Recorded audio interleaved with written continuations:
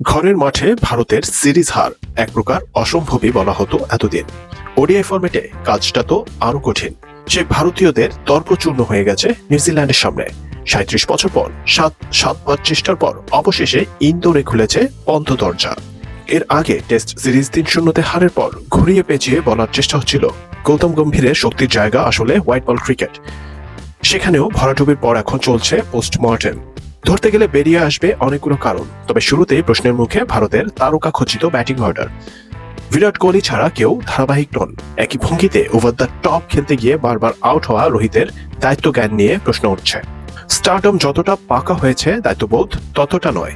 শ্রেয়াস আয়ার বারবার উইকেট ছুড়ে এসেছেন যেন খুব তারা ড্রেসিং রুমে ফেরার।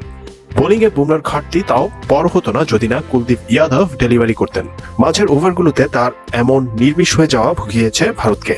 অফ ফর্ম আসতেই পারে, তবে জাদেজার ব্যাপারটা এবার ভিন্ন মনে হচ্ছে। সেরা সময়টা হয়তো একটু পেছনেই রেখে এসেছেন, হাত থেকেও টপাটপ পড়ে যাচ্ছে ক্যাচ। কেউ কেউ বলছেন এই ইন্দোরেই ক্যারিয়ারের শেষ ওডিআই ম্যাচটা হয়তো খেলা হয়ে গেছে জাড্ডুর। সবশেষে বিরাট কোহলি যথারীতি নমস্য এই সিরিজেও ভালো খেলেছেন, তবে সেই মানদণ্ডে তাকে যে পেছনে ফেলেছেন ড্যারেল মিচেল, সেটা অনেকে খেয়াল করছেন না। স্টারডমে মনোযোগ এতটাই ঘুরে যায়, আর যারা খেয়াল করছেন তারা ইতিমধ্যে মিচেলকে ডাকতে শুরু করেছেন নিউজিল্যান্ডের ট্রাভিস হেড।